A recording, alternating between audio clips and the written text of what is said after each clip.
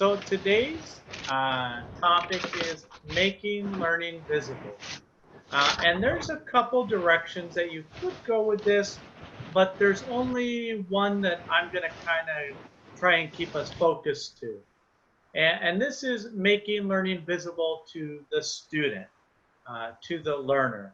On the other side, like I said, this could be making learning visible to the professional or the teacher. But today, for the purpose of this presentation, we'll just be talking about for the learner, for the student, and perhaps, as we'll talk, the parent as well.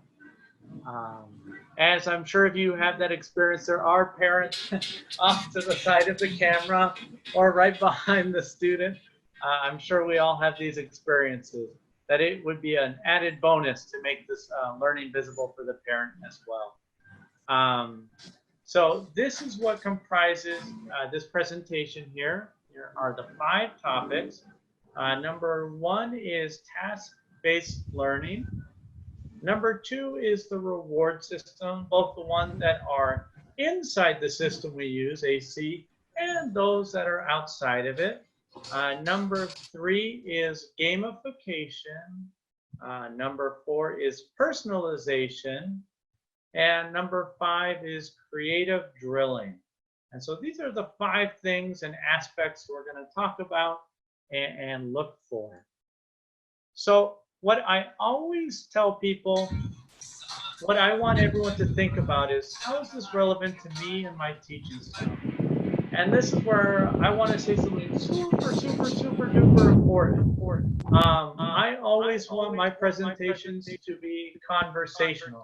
So first I will present the material I have prepared for you guys, the professionals, but then I want us to talk about this, have a dialogue, and be able to discuss our thoughts on this, how we're using this, any questions. That's totally okay and encouraged in this style of presentation. I think it helps to benefit all of us and just stimulate a better conversation. I don't always like to hear myself talk, is what I'm saying. There's a lot of good thoughts from everyone.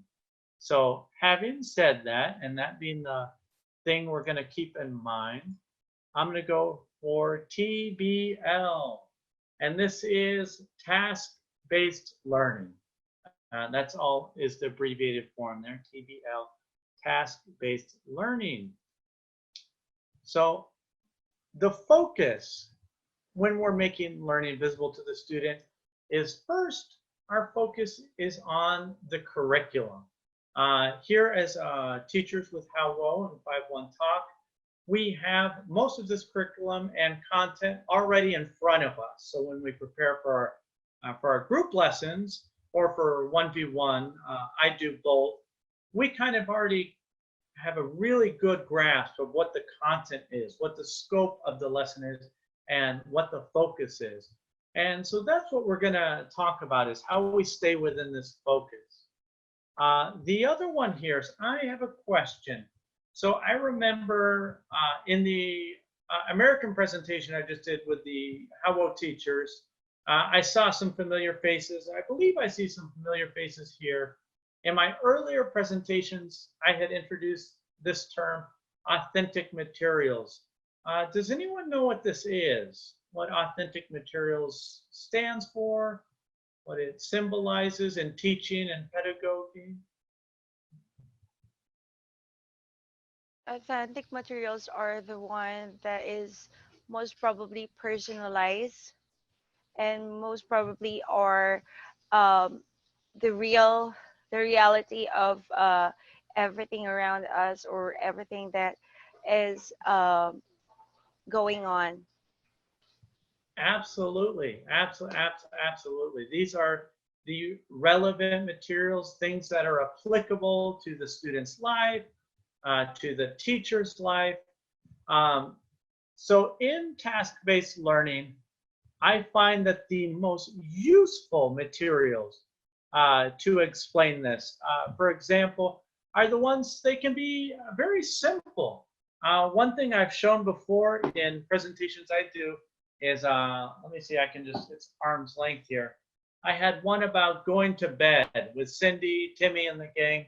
It was time and going to bed. And for me, one thing I knew that all my students would have right here was a, oops, moving things around, was a pillow and a blanket. I said, all right, Andy, Sandy, good night, good night. And I just tucked myself in here. And it was simple, but it got all my students running to their bedroom. They brought out their blanket and pillow too. And it was something that helped really lock in the material and the key vocabulary. Um, for me, authentic materials are really fun because when I'm looking at the focus of the curriculum, I think, oh, I've got some things around that would be like, oh, maybe my students might have this. For me, this is what helps stimulate better learning from my students and more enriching teaching for myself too. Now, the next things, the way in which these are ordered or structured, and there's two names you might be familiar with. The one I'm going to say right now and the one I'll say after, which are the pre-task, the task, and the post-task. So some of you may be familiar with this order, and some of you may be more familiar with the terminology test, teach, test. And Yeah. I don't know, yeah, where the training is for some people, but the pre-task is kind of finding out where the students are at. You know, oftentimes, especially for the group class teachers, do we have a lot of group class teachers here? Okay, I see some hands. It's so funny because we can have different levels of students. We can have students who are ready to ask why questions, how questions, get ready to answer them. And we can have students in the same group who are just not quite at that level, maybe lagging a little bit behind and getting there. So these warm-ups, these pre-tasks where we are, Warm up. yeah, exactly. These pre-tasks, these warm-up, thank you, are where we can identify this and then move that into the task, having seen the level of these students, where we can begin to really use this information, use our authentic materials, and get a grasp of where they're at. And then at last, in the cool down or the assessment, this post task, we're able to, which we'll talk about later, to drill, to play games, to find out where they're at and if they have retention of such material. So one fun question I have for you guys is, what authentic materials do you think you guys use in the classroom? What are things that you find are completely applicable to your students' normal daily life? Things that they come running to show you or the other students in the class. Do you have an example for Yeah. something like this? I do have realias of fruits and vegetables and somewhat everything that I have here, all the stuffed animals, different Uh-huh. animals. Okay, and also a pillow. And I Yeah, the pillow's actually, great. yeah, and I actually have my own version of rewarding them with a song. Okay, so just like whenever they got a correct answer, we used to sing this song. Okay, Uh-huh. just give me a sec. Okay, ba ba ba ba ba ba na na na. So they automatically sing or sang that song after they got the correct answer. So that's it. Oh wow, that's really catchy too. You must have musical talent. That sounds like a famous American song. Barbara Ann, won't you? That's a Ba ba ba ba ba ba ba. ba ba ba na na na. Yeah, Yes. yeah, that's very funny. Oh, that's awesome. Is there anyone else? And it doesn't have to be. I'll open up further than the authentic materials. Were there any questions on the test, teach, test cycle, or the other name, the pre-task, task, post-task cycle? Mhm. I do have a question. Sure. Okay, so usually in my group class, I sometimes after the class, I give them short homework so that for the Okay. next cheesy class, I can recall what we learned from the last or for the from the previous classes. So is the homework considered a pre-task? Oh, that's a really good question. I Um, think I would say that it would be both a post task and a pre task on how you're doing it because you've considered what the task is at hand already, hopefully tried to get them to that level and are going for an assessment of that. And when they return, I assume you do you go over the answers? That was my question. Is that do you go over the answers when they return the next lesson? Yes, I do. Oh yeah, I would definitely treat that as the post task, as something you've done to secure the knowledge of the last lesson. I do think though, like you said, it's totally it can be a fluid transition into your pre-task to have your warm up be part of that assessment, that homework that you gave them. I too, I'm glad you brought that up. We'll talk about this in a second in another slide. I too like to give out little homework assignments for the more advanced students. I think it does encourage them to interact with the material in a different way and not only make it authentic, kind of different than the scripting we have in the curriculum in front of us, but B, just really bring that second level of personalization between my relationship with them and their parents and strengthen that rapport. So I would say my best answer, I think it could be both. Easily the post task leading into the pre task, but it definitely the assessment portion of it does lead itself to being a test feature. But if we also think of the test, teach, test model, that follows within that model. That post and pre-task can feed into each other. Does that help? Yes, thank you. Yeah. Anyone Mhm. else before I move on to the next slide? All right, I'll take that as a no. The next one here is reward systems. So I don't know if you guys have had this experience too, but my reward systems have changed just over the years, over a couple weeks, over the student cohort groups. They're subject to change based on student levels, student interest. They're not always the same. Uh, when I first started, for example, and my silly little story is this is the remnants of my first ever reward system, externalized reward system. It was used to be on this clipboard here, and I used to have a monkey, and he'd come in, Mr. Monkey, and I said, "Uh-oh, what is it?" And he'd drop a banana into the banana basket, and for each student, there was a banana basket here. What happened is my wonderful little puppy took a liking to that monkey, and that monkey is no more. And I had to retire this reward system and move on to other things. But where I'm bringing this is the purpose is to be authentic. We want these systems not only to incentivize participation, which I think is very key.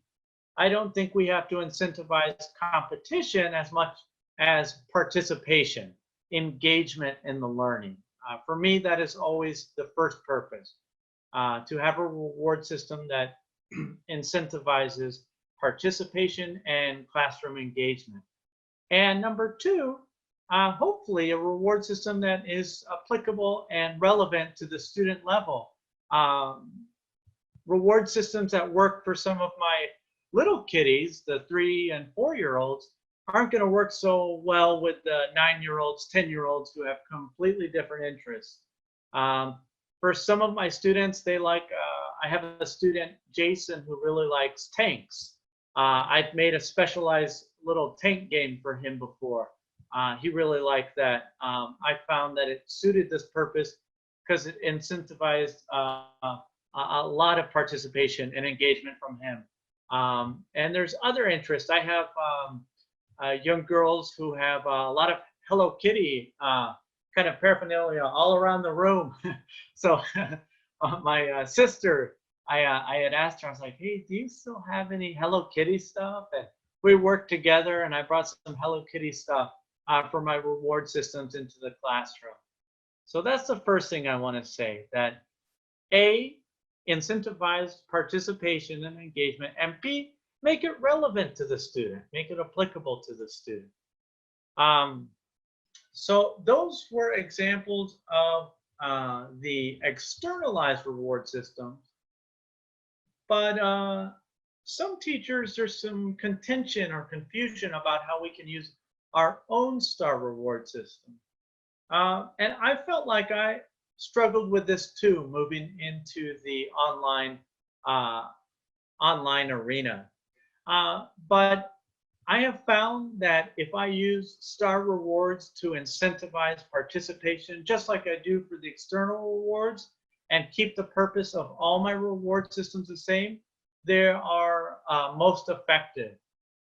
So there are some students who are very shy.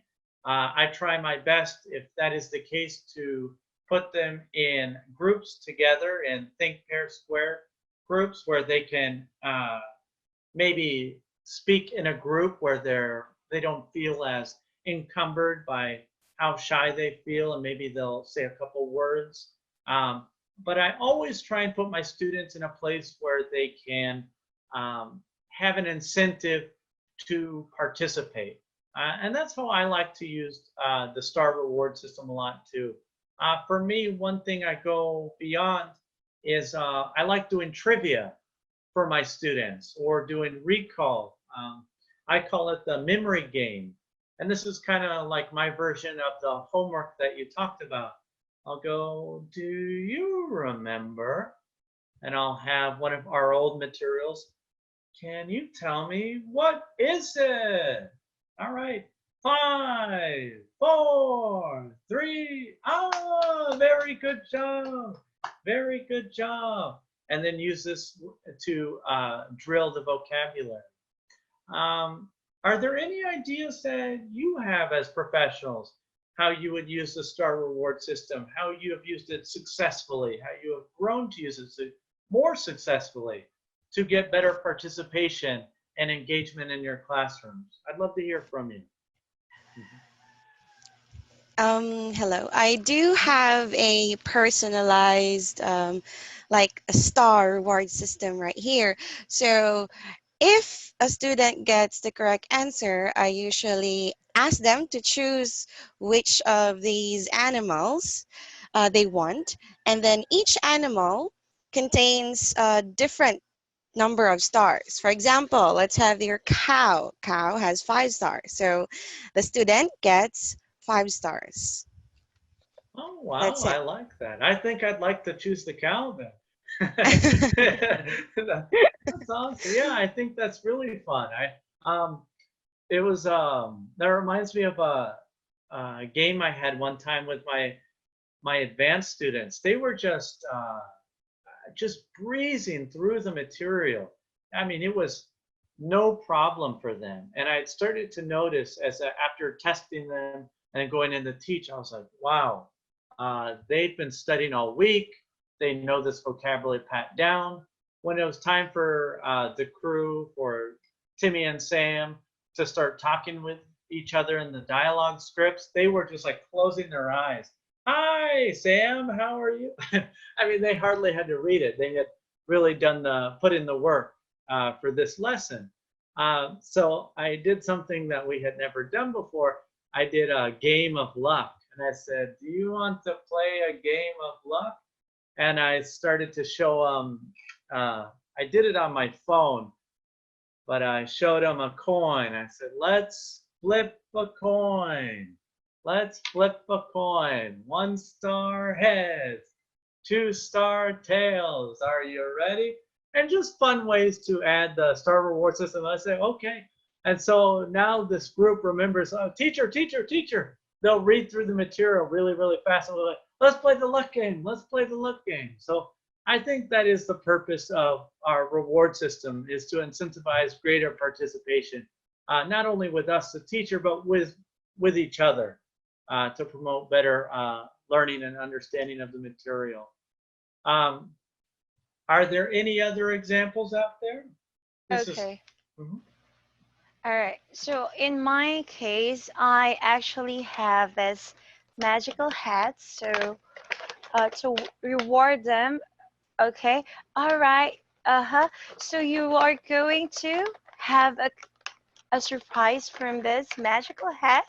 If you do your pass or if you do a great job, you are going to get some surprise or gifts from this magical hat. So it depends if the student is a girl, so I give them stuff like girl things like Hello Kitty, and Uh, for the boys, have different guns here and everything. So, and also with simple rewards such as small animal toys.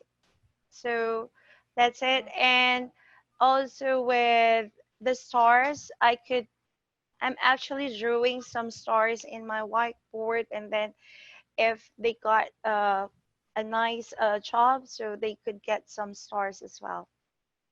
Oh yeah, I love it. I like that. I was really surprised how much the element of surprise would increase student participation in my own classes. So yeah, I really Yes. do agree that the surprise factor, and this will kind of go into the next slide here. So I'm glad that it's Mm-hmm. coming up here. So I'll save that thought. Um, the last thing I wanted to share, I've had silly reward systems because I have students who are depth of knowledge or DOK level 4, where they can just explain their entire personal environment. They can ask why, how questions, all lines of questioning. Really pretty fluent. I'm very impressed with this group. They're definitely my highest level that I've had with this company. And I started doing like really fancy rewards. I started doing home tours. Do you want to see my house? So I took my laptop and I just took it over my house. I said, "What is this?" I said, "Living room," and they were so excited to see simple stuff. I think the one that made me laugh out loud was they're like, "Microwave, microwave, microwave, teacher, let's see your mic." I was like, oh, okay. I don't know as an adult if that's the first thing I'd ask for, somebody's home tour, but it was their reward. So I kind of got to let them dictate where they wanted to go. They wanted to see mostly the backyard, which at that time it was pretty dark, my microwave, and my garage. So yeah, that was part of that lessons. Another one in the same level, and they are very high. They're my highest level. I have done such things where I prepared meals before, like my dinner, and I've just shown them, oh, this is what I'm eating. This is my dinner.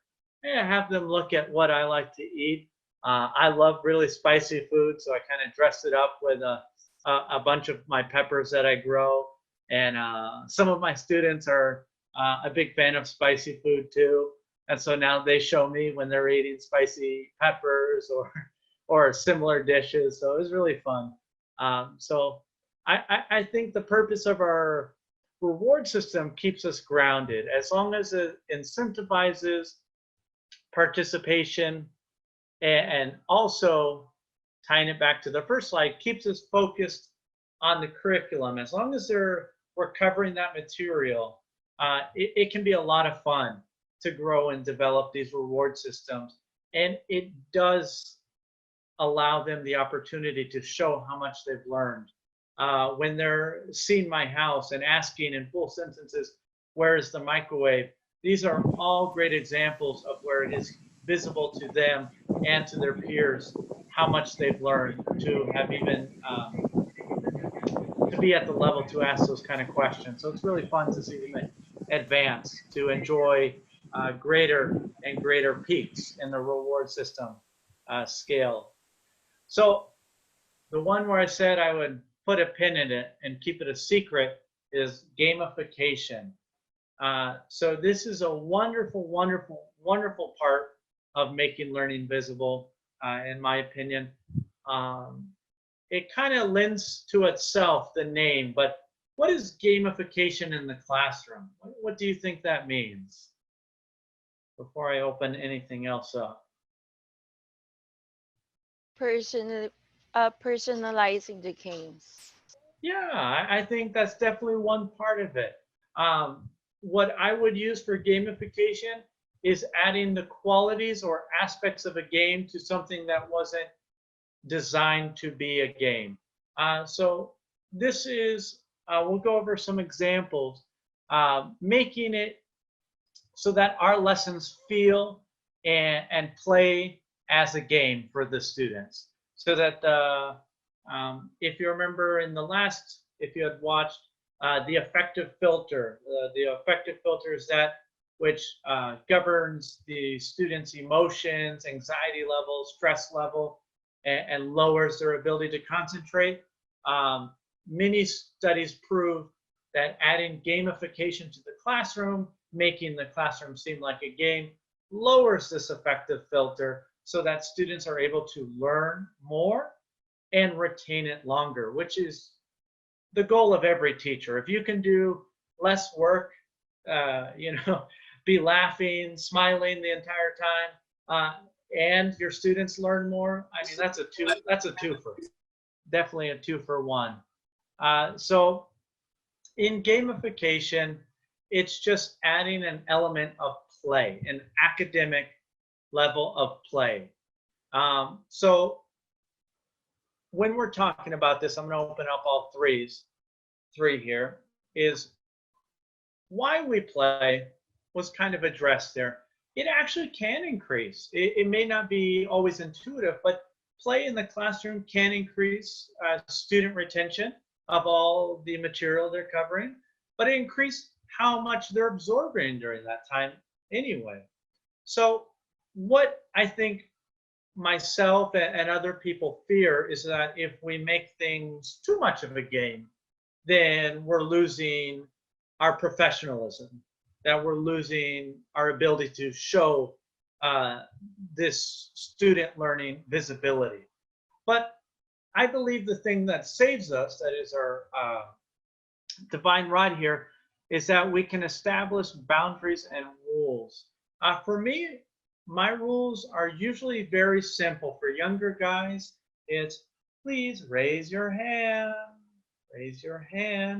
and one moment, one moment. Very clear signals and gestures that activate TPR to let my students know that we're going to reel it in for a second, that the teacher needs to take control, that we've got to cover some essential material. So for me, these are my most essential rules. I like to keep it simple and direct. So I have a question for you. Um, when you play, when you add this gamification to the classroom, as we're trying to, as our professional intention is to increase student learning, what boundaries and rules do you set, and when do you set them in the classroom?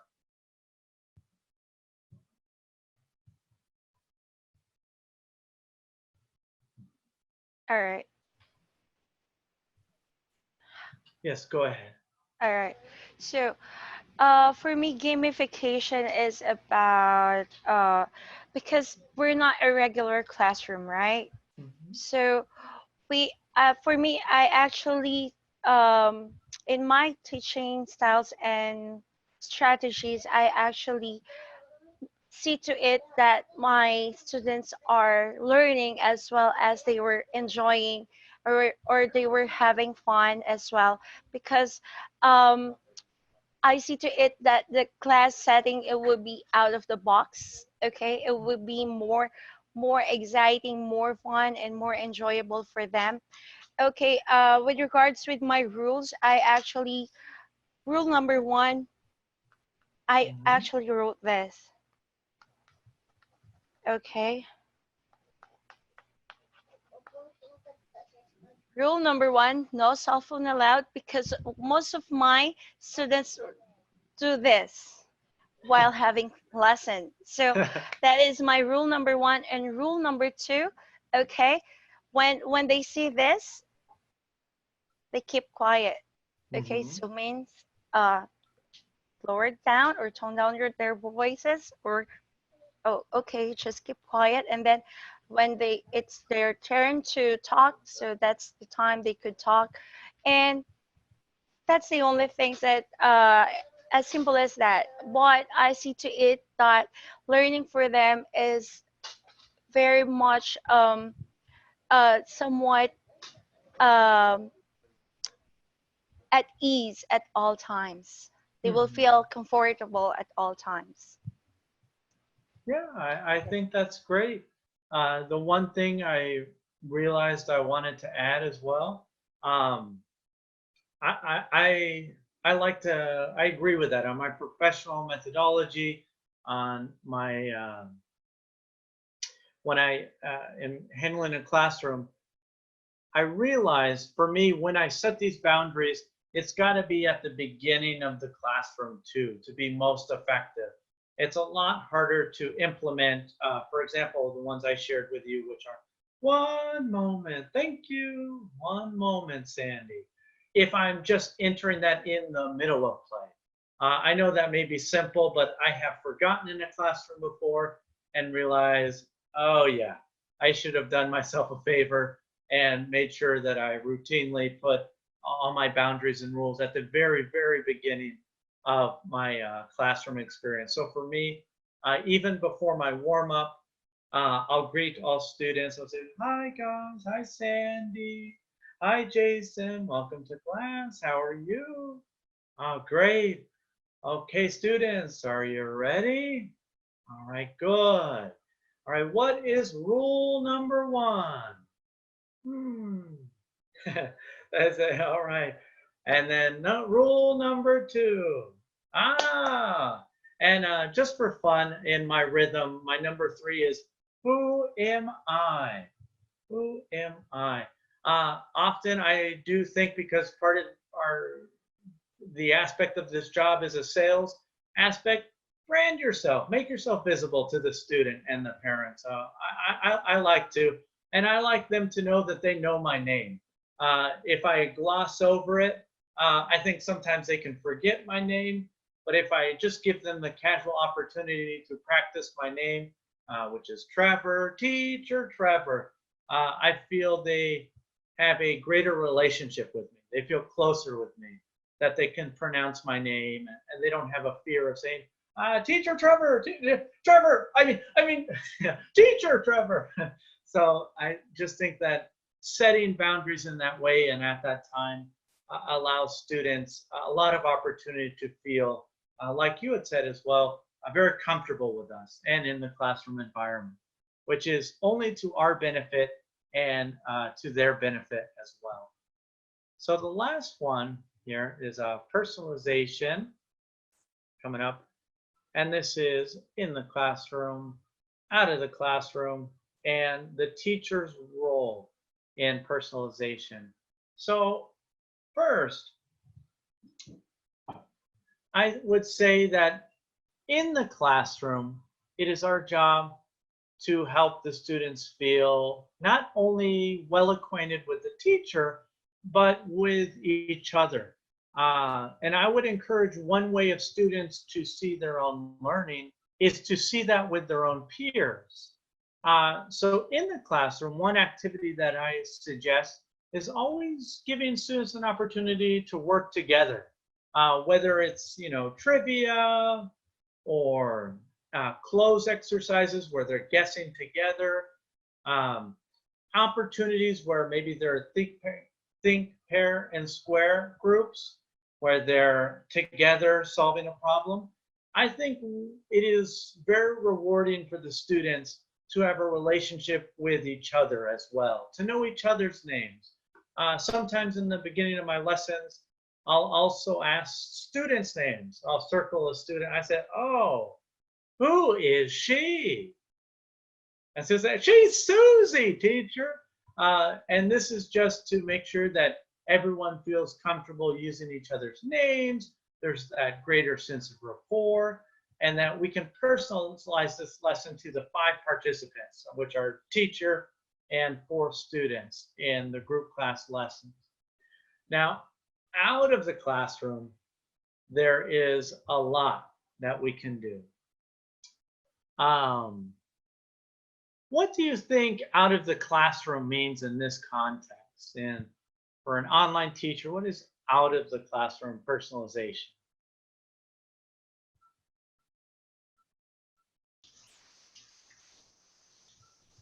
Is it the process of making your own personalized reward system, or um, making your own props? Is this part of the out of the classroom? I think that's it. I don't know. Yeah, Just just the game. anything not from, so the way that I would define it, absolutely. In the classroom, I would say is our interior environment inside of AC Classroom, things we can do to affect that, dropping and dragging pictures, having students group up together.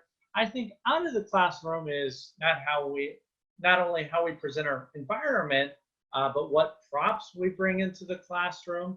I would also say you could argue that out of the classroom could be copying and pasting pictures and adding things. My students do, what is that song? I'm not as musical as I know some of you are already, but it was 3 blue pigeons sitting on a wall. 3 blue pigeons sitting on a Setting wall. on the Yeah, wall, one one flew flew away. away. Oh. Yeah, so I really didn't know that song would be such a hit in the classroom. I thought for me it was like the one of the songs I was like, oh, I didn't grow up singing this song as much.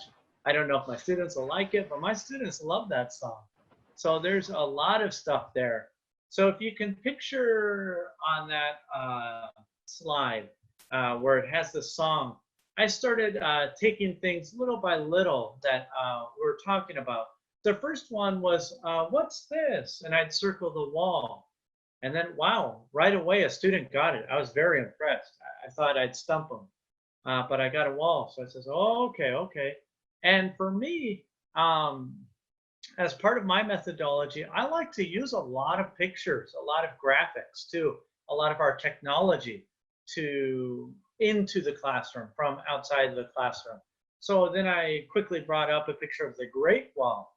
Obviously something my students are going to be able to recognize here. I said, what is this?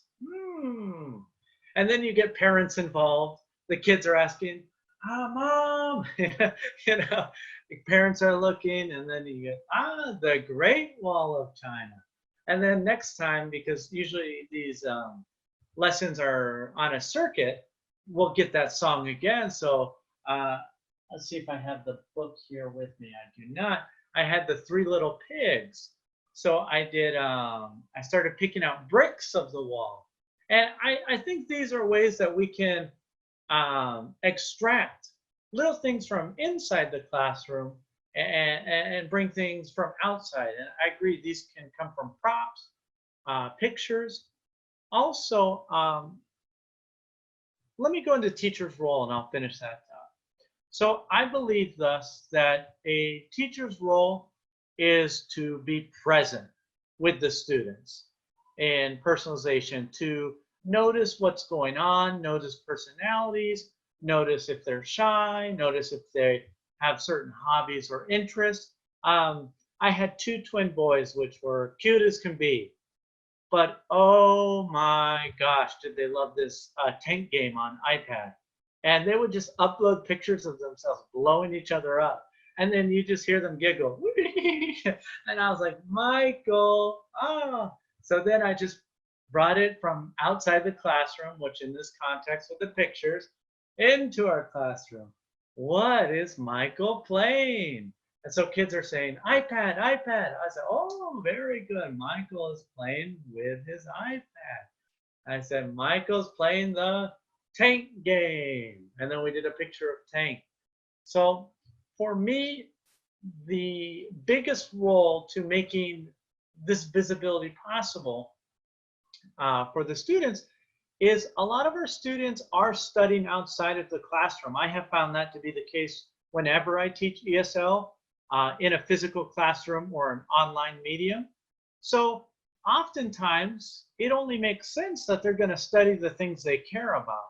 So if we are being present, we have the opportunity to share with them things that are really kind of nutrient dense in the academic sense that they are really interested about. So maybe those sentences and scripts that in our teach tests that were a little bit boring and dry before now come alive and are way more interesting. Now all of a sudden Michael can say, I am playing with my iPad because it's something he cares about. It's something he does every day. And oh, I can tell you, I bet those boys play every day. They they seem to really like that game. So is there anything where in this role that kind of how I've set forth, where you're being present in your classroom, that you've had an opportunity to personalize the classroom, either something that comes from your side of the world or from their side of the world, something that you noticed? Do you have an example of where you were able to kind of take advantage of these moments? Okay.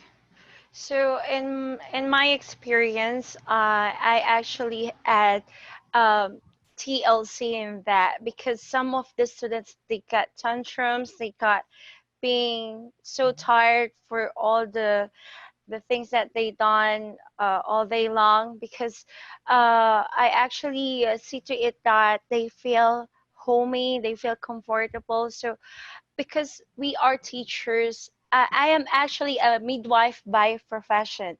I'm a Mhm. registered midwife by profession.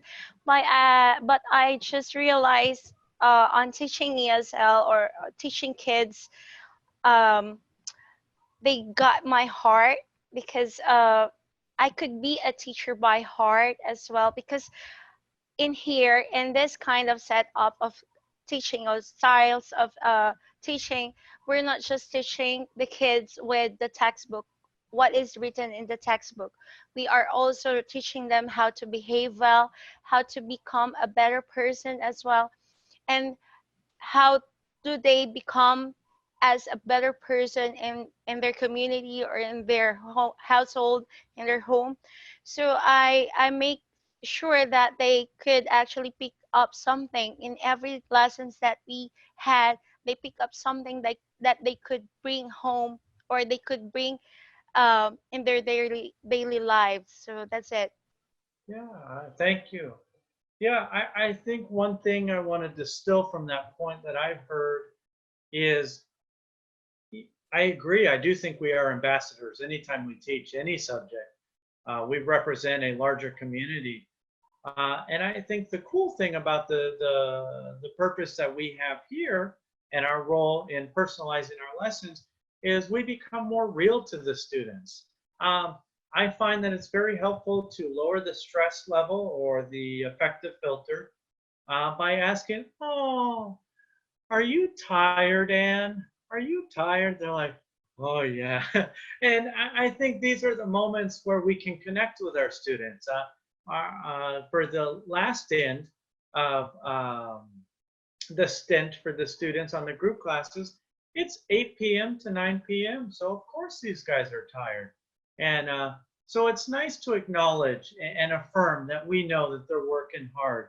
And oftentimes, just by letting them know that I know they're working so hard, even though they're tired, they're more willing to come out of their shell again and give it, one last go before they go to bed. And yeah, sometimes they don't make it. I give them the benefit of the doubt. Some guys are really sleepy, but most times I find it does give them the fire to return to the classroom. So there's many benefits of personalization. And I think that fire of getting them to talk more is what makes learning more visible. Um, when we go back to the qualities of student talk time versus teacher talk time, our goal is 80-20. Student talk time pushing up towards 80, teacher talk time for 20. So if we want this kind of visibility, we want to create an atmosphere where they feel comfortable talking, sharing, and being engaged in the classroom. And I really think that's one of the only ways to achieve that. The last one here is creative drilling. And I'm just going to open up a couple here. The first one is natural conversation. So the brother and sister of authentic materials is natural conversation. So natural isn't like organic fruit, but I guess like organic conversation, that double entendre. That the conversation, again, is real, relaxed, applicable to student life. Nobody, not that tense conversation that's scripting of, hi, how are you? I'm fine. And you? I mean, if you were just walking down the street and somebody was that tense, you'd be thinking, oh, that's kind of strange. What a weird interaction. So trying to achieve an environment where it's just more natural, more relaxed, and the students have an opportunity to practice in such a way. Now, in order to achieve this, I do think we have to rely on such things as gamification, on personalization, and to increase the fun of our classrooms. One thing I like to do a lot are scripts, dialogues, and movies. No, I am not playing movies in the classroom all the time. No, but adding my students as characters in scripts and dialogues and movies. A lot of my students like the Marvel characters, so it's easy for me to insert Spider-Man, Spider-Man does whatever a spider can. Adding songs as well. The dialogues are really fun. I found out I was about the same age as a student's dad, so he started calling me father. He said, father. So I started changing my voice with what we call the paralinguistic features, how you can change the tone, pitch, how you project your voice for more fun in the classroom. I said, hello, Andy. How are you? I'm your father. And I was really surprised how far he was able to stretch that script and dialogue with me. I was like, wow, Andy, very good job, man. And he got a star out of it. There was no way where he was being spiteful or malice, holding any sort of malice towards me. It was a fun opportunity to take advantage of something we learned about each other. The other day, too, I had all my students in this environment of natural conversation. It was really weird. I had 3 group classes back to back, and 2 of them, the moms had birthdays. I was like, what are the odds? So I had all the students sing, and I didn't start the song off for them either. I said, can you sing the happy birthday song to Sandy's mom? Thank you. And I did a little conductor motion, and we were able to get the students to help celebrate a birthday that we had. And then I went into my other lesson, and it happened again. I just felt like it was Groundhog's Day, so it was kind of weird. But yeah, it was a very interesting environment.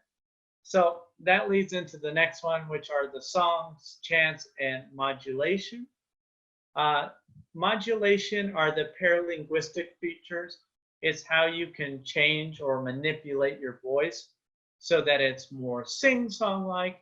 You can whisper, you can shout, so that it's more enticing or energetic for the classroom.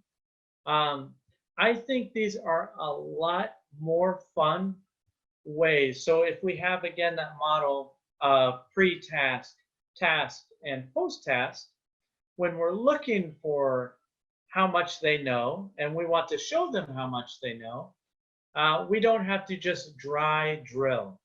Just, what is it? Thank you. What is it? Thank you. Please read. Thank you. Good job. Which can kind of be monotonous. And if you've ever taken a second or third language, I speak a couple languages myself. It is so boring to be in a classroom where they just tell you car, carro, dog, perro, and you just spend all day drilling vocabulary until your brain is soup. So the same thing for our students, that it just helps to have an environment where when we go to test for this information, when we go to show them how much they've learned, that we can do it in a way that doesn't even feel, again, like they're learning. So are there any of these tools that you see yourself use? Another great tool that you use to make the drilling more creative, more expansive? I do have an input with this creative drilling. So, with my higher level students, so last night we have this lesson about the boy who cried wolf. So, the Oh, yeah. boy who used to lie. So, I asked my students about, if they have ever lied to their parents, to their friends. So, it was just natural way of asking them, and then they started telling me how they lied to their mom, saying that, Mom, I told my mom that I don't want to go to school because I have stomach ache. So I can we had fun during the lesson because it's part of the lesson, and also they get to speak on about their experiences outside the classroom. So I think that's one of um, the ways we can ask the students to speak up in class more. Yeah, and I love that the way I ordered these presentations is to kind of have the order of priority. The focus is always the most important. We don't want to be skipping over the curriculum at all. We want to be using this to aid the understanding of the curriculum. So I think that's excellent. I know for me, one of the hardest um, parts of the HAWO curriculum for some of my students at the time was the part that says what's missing, and you would have this like pattern, like pineapple, pineapple, banana, pineapple, pineapple. What's missing? And I would try to add some modulation, some chants to indicate what's missing, circle, and they were doing okay. But then when I would go to test that subject later, I'd say, what's missing on a totally unrelated slide, and then just blank stares.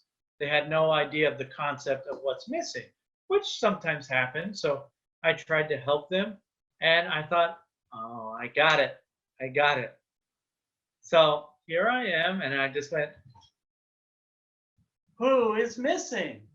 They're like, teacher, teacher. Again, the parents are running over, oh, no, where's the teacher? And then we got, the teacher is missing. The teacher is missing. And I feel like that was one of my breakthrough moments of something I struggled to teach, because I was trying to think, okay, um, I like to do things in creative drilling before the translation. I'll use translation to supplement if it is needed, because some students will get it right away with a translation. But I do like to provide the fun and creative drilling before I rely on the direct translation itself. So it was really cool that just by popping over here, doing a little stretch, I could get the understanding, the greater understanding of what's missing. And from then on out, when we played the what's missing game, cake, cake, sandwich. The sandwich is missing. I was like, oh, you make me so happy. You are such good students. So it was very cool that something like that was able to happen. So in this one, I have some practice slides here. You might be familiar with this. It's the phonics song, A to M. One thing, I'll share one part, one direction I took this, and then maybe I'll let someone else come in. The simplest thing, so I grew up here in the States, and one thing that's pretty common is A for alligator, B for ball. So I don't know. Maybe it was just nostalgia, but I remember learning that way when I was going through the alphabet too. So I would always do that too. Instead of just circling, I'd say, "What is C for?" You know, and have some props if I had them at the time. But that was one way that I tried to make it more creative drilling, give them a format and a script. What is F for? Something I added or changed to this. Uh, do any of you have experience with this slide? I heard some laughs, so it sounded like recognition. Was there any Yeah, of the? Oh, thank you. yeah, yeah, Teacher Trevor. Yeah, I have a student. Basically, I'm not a real. I'm not. This is my first time basically teaching. Oh, cool. So yeah, it is. And in group class, I noticed that this some of my beginner students, Mhm. they always say A B C D E, and then eventually, uh, what I noticed that wait, if they say A and then it's alligator, that somehow that's something I need to fix. Yeah. So what I did is they if I say A and then I add the phonics A alligator, and then B ball, and then so on, and then eventually they my student eventually got it what the phonics is all about. So it did took some time. Yeah. Like yeah. And I think that's I the can, great thing about children too, because before this, I was doing large communities at schools and then some churches for big adult groups too. But children are so fun because there's a lot of ways where they fill in the gaps for you with this type of creative drilling. Exactly. A. I was thinking it could be funny. Ba ba ba ba ba. Barbara Ann. That's a joke from earlier. The song for the people who are here. But yeah, I think that's a great way to manipulate the slides and use what we have here to come up with something new and to create and show more understanding. Maybe your students knew alligator. Maybe they weren't clear on if you were prompting, for them to say alligator. These are common problems in ESL environments as well. So ESL drilling really helps with this. This is one. This was like for those of you who've been with the company for a little while. This was like the older graphics to the similar um, lesson we have now. And for this one, one thing that we can always rely on is I did a lot of gestures to activate TPR on this one. So I have one prop to start. What is it?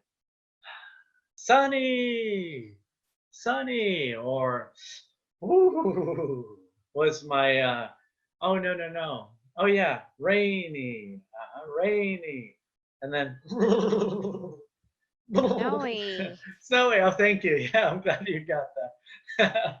And then windy. I don't have enough space right now in my new classroom design, but I push myself with my chair for windy. Oh no, windy. So yeah, these were my full body gestures to activate some TPR on the students. I know some of you teachers are really crazy cool and use like mini cam. I've seen a lot of great stuff too from teachers using all of our technology and all the stuff we have in hand. I grew up with the American actor Charlie Chaplin, slapstick comedy, a lot of facial expressions. I love that kind of comedy. So I think I've always used that as part of my teaching methodology. I do use some technology, but yeah, there's a lot of ways that can make this fun for a lot of people. Is there anything that you've added to this slide or could think to add to this slide?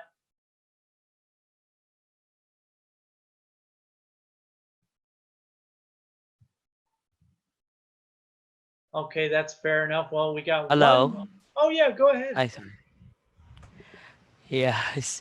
For that thing, Mhm. once yeah, you already tackle about those things, techniques and how to drive in this page.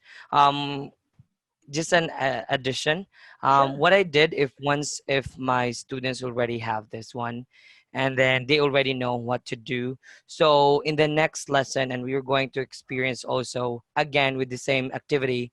What I did, I just put a timer to to more exciting, and just to let them, more fast to do this thing, and we will do it, even more, even if it's already the same thing to do. So what I did is I just add a timer. So I just have to say, for example, I will give you 30 minutes to finish this, blah blah blah, and choo choo choo.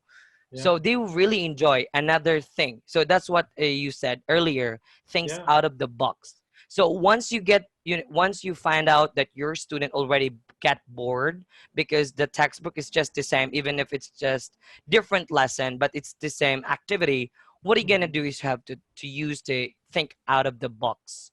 That's the common issue that teachers encounter, that they said, why I got low bookings, why blah Yeah. blah blah, choo choo choo, because your teaching techniques you always used to it, so you have to find another techniques or methodology wherein the student will going to book you again, because you have a lot of teaching strategies.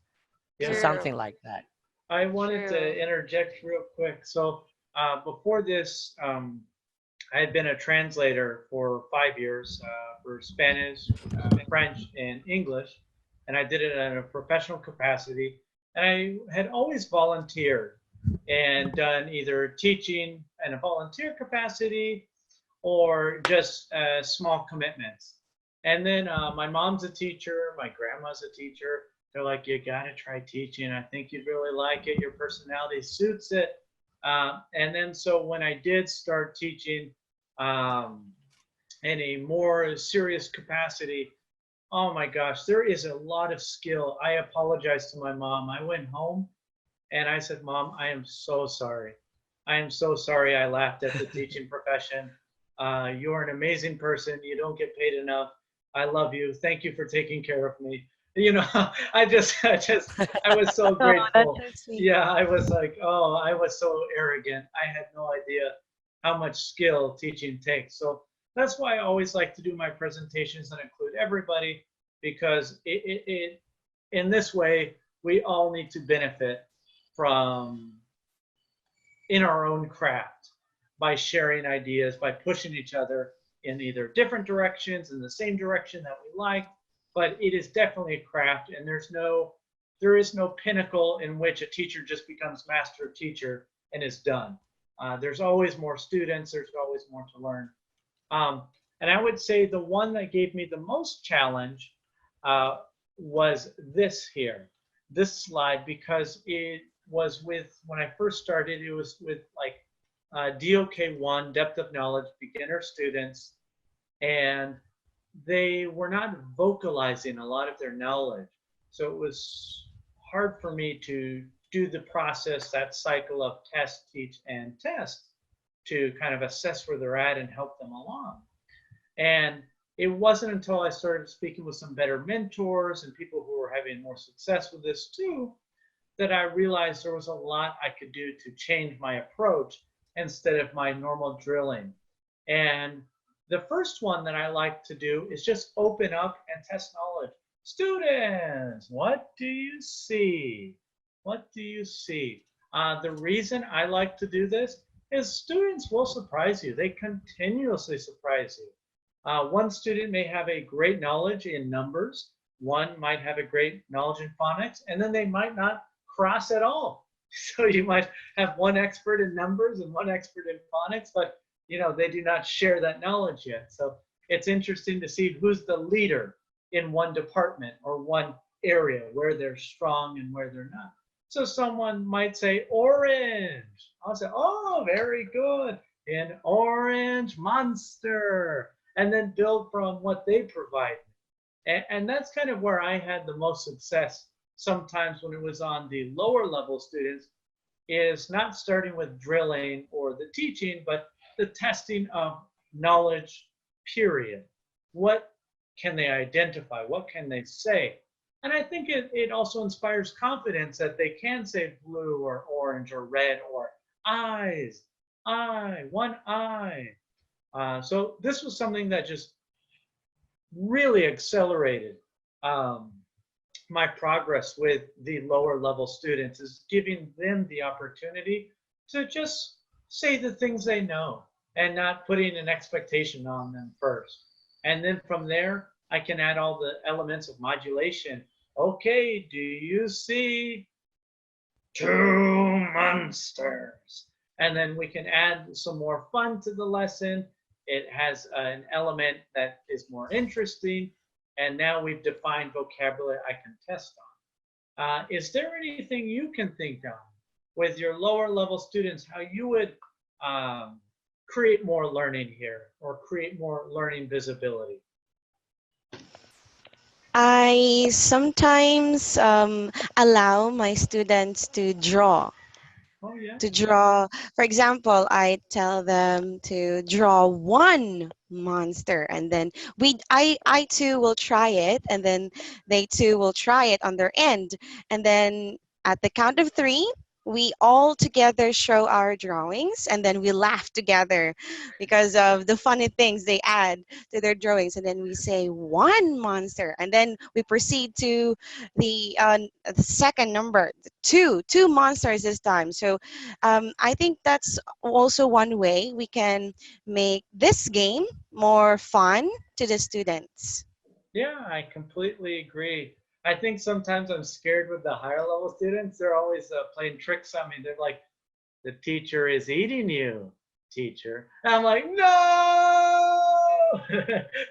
Where is the monster? They'll be like, you are the monster. I was like, no! So yeah, this I think it gets increasingly more fun the more vocabulary I have, the different ways you can drill. I love the drawing component. I think that works on any level. Um, so those are the 5 things that comprise this lesson: the task-based learning, the reward system, gamification, personalization, creative drilling. This is what I always leave on. So I'll leave a couple seconds for questioning after this. I always say, in an effort to foster conversation that would better us all as professionals, what are your thoughts? If something were to resonate with you, how can you apply this to your classroom? And I leave this as the last measure. If anyone should have a question or a comment they'd like to leave with the group before we go ahead and end this session. So we'll give a couple seconds. Thank you. Um, Sure. Before we end, I would like to share some of my thoughts while listening to trainer Trevor and to some of the teachers. I think teaching online classes is um, another way to make students. I know that from all day long they went to school, they had tons of stress, they get tons of stress, sorry, from doing a lot of homework. I usually ask my students, how's your day? And then they told me, teachers, homework this, homework that. So while doing this online class, I think it's our job, it's our role to encourage our students and give them a space where they can learn without or free from stress.